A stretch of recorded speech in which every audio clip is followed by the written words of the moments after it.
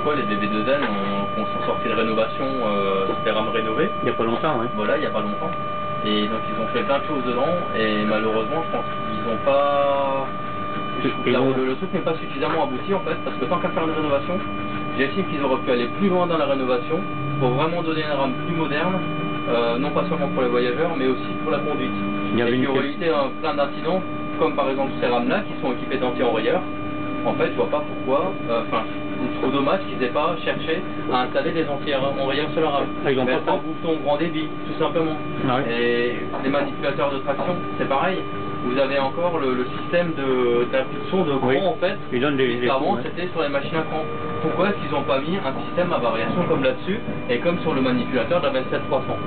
Je pense que c'est des choses, des solutions techniques qui n'auraient peut-être pas été si dures à trouver, connaissant le potentiel quand même de l'entreprise, et d'Alstom et tout ça qui font ce genre de choses. Je pense qu'ils auraient pu aller plus loin dans le processus de rénovation des rames et faire ce genre de choses. C'est peut-être une question de prix de revient. Enfin, je pense, tout a été étudié au niveau des coûts, oui, mais sur le long terme, les anti-enrayeurs, je pense que ça aurait été vachement avantageux.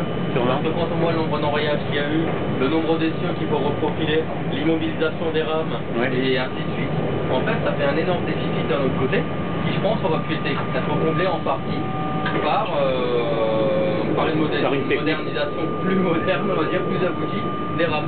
Oui, sûrement.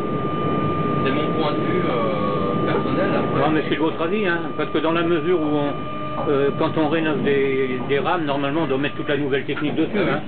Ils ont été complètement désossés les rames, donc... Si c'est pour continuer sur d'anciens trucs...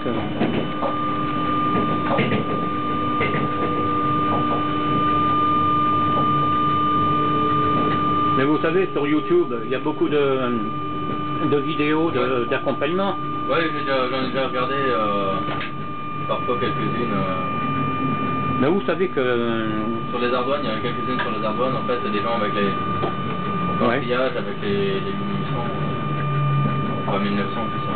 Il y a encore beaucoup de machines, hein, y compris dans les autres pays, où ils donnent des impulsions avec le manipulateur. Hein. Ah oui, bien sûr. Ouais. Il y en a plein. Hein.